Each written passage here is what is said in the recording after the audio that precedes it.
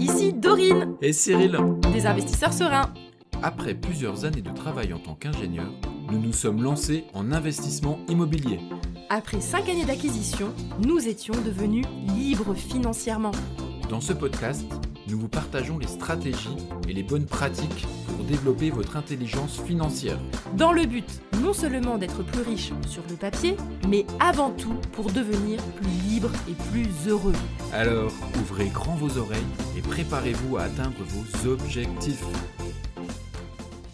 L'outil magique en 5 niveaux qui va vous redonner de la clarté dans vos réflexions en immobilier. Hello les investisseurs sereins, j'espère que vous allez bien. Aujourd'hui, j'ai vraiment envie d'aider toutes ces personnes où je me rends compte qu'ils mélangent à la fois leur émotionnel, leurs envies et le rationnel. En fait, ce qui se passe, c'est qu'en investissement immobilier, il faut bien faire la part des choses. Je ne dis pas qu'il faut uniquement baser ses décisions sur le rationnel, parce que c'est certes une chose de vouloir faire une bonne affaire, de vouloir avoir de la rentabilité, on a aussi le droit d'avoir de l'émotionnel.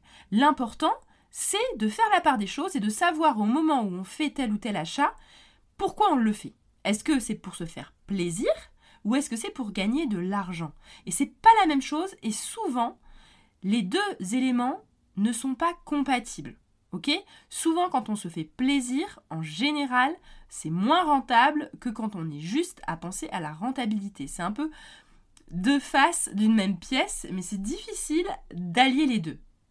Donc, c'est important, vraiment, dans vos investissements immobiliers, de réussir à faire cette part des choses.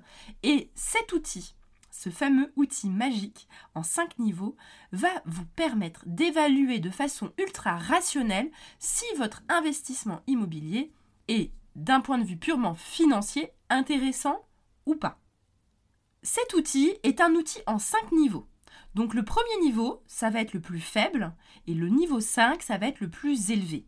Donc écoutez bien jusqu'à la fin, votre objectif, si vous voulez bien sûr devenir riche en immobilier, ça sera le niveau 5 qui va vous intéresser. Mais c'est super important de comprendre les niveaux d'avant pour éviter de tomber dans ces pièges des niveaux qui sont entre guillemets un peu moins bien. D'accord ? Mais vous pouvez très bien vous contenter d'un niveau moins bien, c'est pas ça la question, mais ça vous permet vraiment de vous situer dans ces 5 niveaux. Pour vous expliquer les choses très simplement et de façon mais ultra concrète et visuelle, vous allez vous imaginer sur votre compte bancaire et vous allez observer un mouvement d'argent de 1 000 €. Ok ? Je prends des chiffres ronds, comme ça c'est super simple.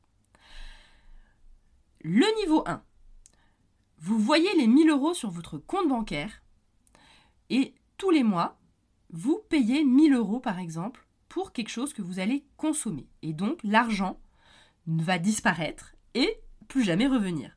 Par exemple, si vous êtes locataire, vous allez payer un loyer et à la fin du mois, le loyer entre guillemets est consommé et vous êtes bon pour repayer votre loyer le début de mois suivant. Ça, c'est donc le consommer, c'est le niveau 1. Évidemment, si vous passez votre vie à être locataire et de faire absolument aucun investissement immobilier, concrètement, vous êtes mal barré parce que de toutes les façons, vous aurez accumulé aucune richesse. Vous aurez uniquement consommé, sans rien créer comme richesse. Le niveau 2. Le niveau 2, c'est celui que j'appelle le niveau de l'épargne forcée. Il est toujours mieux, donc, d'être au niveau 2 qu'au niveau 1. L'épargne forcée, dans ce niveau-là, c'est quand on achète sa résidence principale, c'est-à-dire que les 1 000 €, ils vont venir toujours de notre compte bancaire, on va les payer tous les mois, mais cette fois-ci, on va les payer à la banque et également pour supporter les charges du bien qu'on a acheté, donc par exemple la taxe foncière, etc. Ces 1 000 € vont partir dans ces charges et cette mensualité, mais j'appelle ça l'épargne forcée parce qu'en fait, sur les 1 000 €, il y en aura une petite partie qui va être utile pour rembourser un capital. Donc, c'est bien ces 1 000 € qui viennent de votre salaire, de vos revenus du travail, qui vont payer votre résidence principale, mais en réalité, peut-être sur 1 000 € que vous allez payer, il y en a peut-être 400 qui partent en remboursement de capital. Alors, je suis un peu sévère, Tout simplement parce qu'en général, quand on a sa résidence principale, on a tendance à faire par exemple des crédits consommation pour améliorer sa maison. En général, ça augmente pas des masses la valeur, en tout cas pas autant que ce qu'on investit dedans. C'est également des coûts comme la taxe foncière, l'assurance, les dépenses d'entretien. Tout ça, en fait, ce sont des coûts que normalement, ce sont les propriétaires qui prennent en charge et il faut aussi considérer que c'est de l'argent que vous payez et qui va être consommé. Donc, sur ces 1 000 € qui partent pour votre résidence principale, dans cette catégorie d'épargne forcée, eh ben, vous avez bien compris qu'il y a une petite partie qui va aider à rembourser le capital. Méfiez-vous de tous ces coûts que vous coûte la résidence principale, alors que normalement, si jamais vous aviez un investissement rentable, vous n'auriez pas autant de coûts. Voilà, c'est juste ça que je veux vous dire. Donc, voilà, vous avez donc le niveau 2, c'est le niveau de l'épargne forcée. Moi, ce que je dis toujours, c'est que la résidence principale, en général, c'est pas une bonne idée, c'est pas une bonne affaire. Bon, il y a des exceptions, il y a un épisode, je crois que c'est l'épisode numéro 9, qui vous explique les exceptions où la résidence principale peut être une bonne affaire, mais elles sont rares, et en général, c'est plutôt dans la catégorie de l'épargne forcée que je mets ça, et vous comprenez bien donc que c'est mieux que le niveau 1, tout simplement parce qu'à la fin de votre vie, vous aurez quand même remboursé un bien immobilier. Et donc, quand vous serez en retraite, vous aurez... En tout cas, vous devrez toujours entretenir votre maison, payer la taxe foncière, les charges d'entretien, etc. de la maison, ça c'est clair. Mais vous aurez en tout cas pas les mensualités, plus les mensualités à payer. Et donc vous êtes quand même plus riche que celui qui est resté au stade d'être uniquement locataire. Ensuite, on passe au niveau 3. Le niveau 3, c'est quand, par exemple, vous allez à la banque, je vous donne un exemple concret pour que vous compreniez bien, c'est quand vous allez à la banque et que vous faites par exemple du Pinel, c'est-à-dire un investissement immobilier à rentabilité assez faible, mais un investissement immobilier quand même. Donc moi j'appelle ce niveau 3, c'est l'investissement avec effort d'épargne.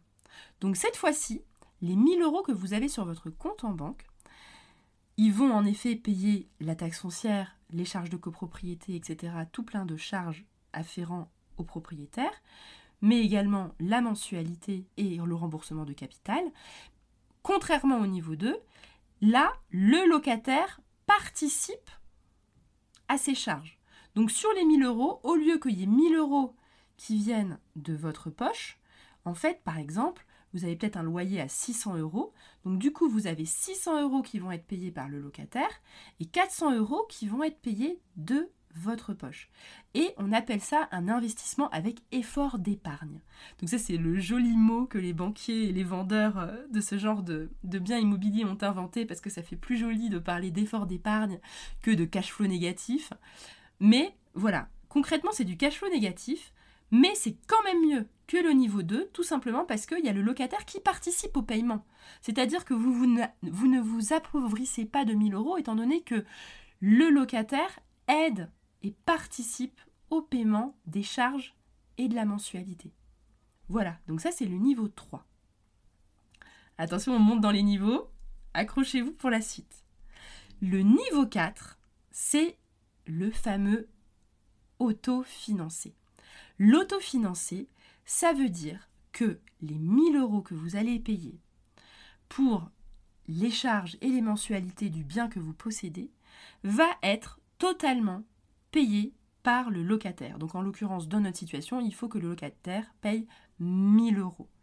Grâce à ces 1 000 € que le locataire vous paye, vous payez absolument tout, la mensualité et les charges.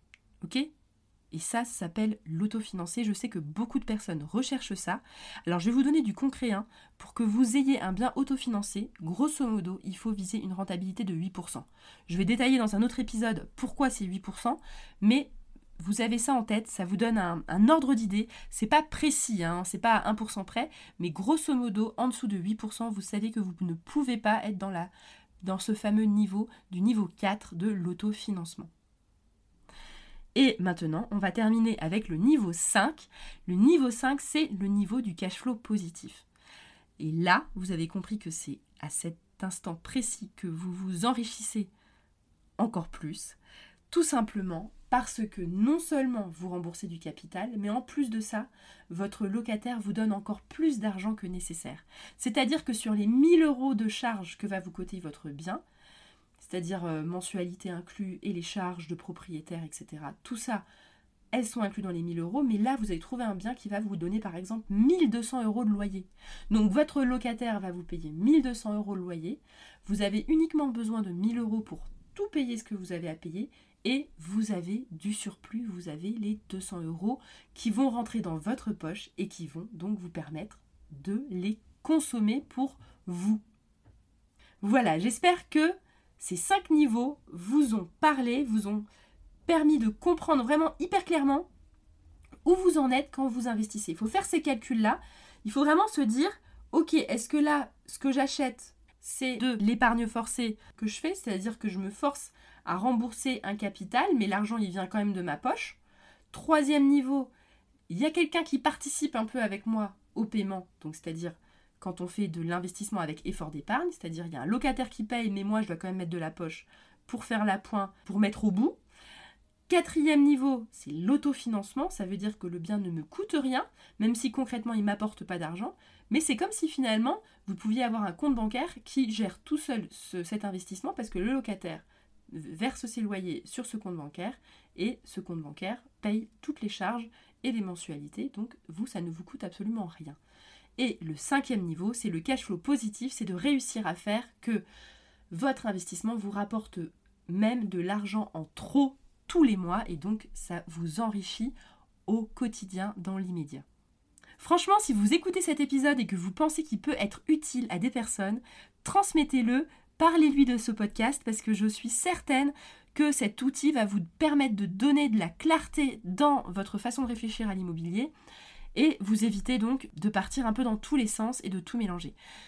Le dernier petit point que je voulais également préciser, c'est que pour notre part, Cyril et moi, on est encore locataires de notre résidence principale. C'est-à-dire que nous, on a fait le choix de faire uniquement des investissements immobiliers à cash flow positif.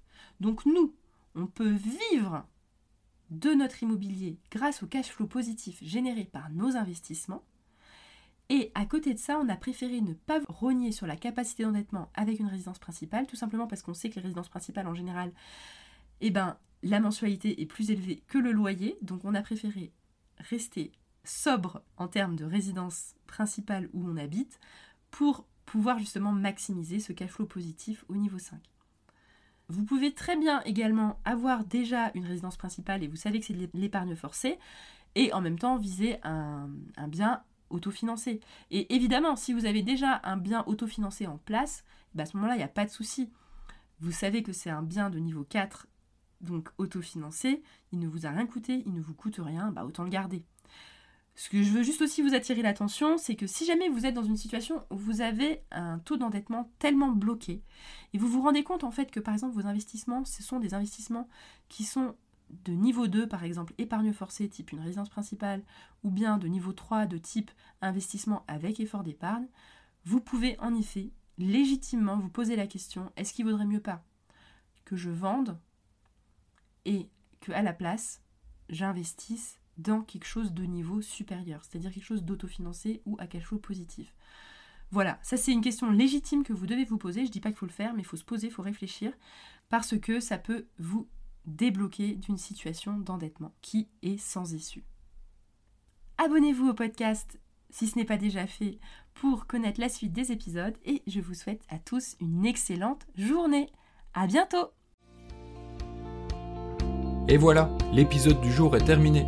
Mais avant de finir, pense à t'abonner au podcast pour ne rater aucun épisode.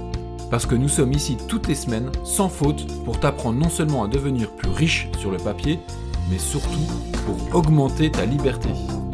Et par la même occasion, je vous encourage vivement à y ajouter une note de 5 étoiles, parce que ça nous fait plaisir de savoir que le contenu vous motive et vous booste. On se retrouve la semaine prochaine pour développer votre intelligence financière. Merci beaucoup à tous et à bientôt. Ciao, ciao.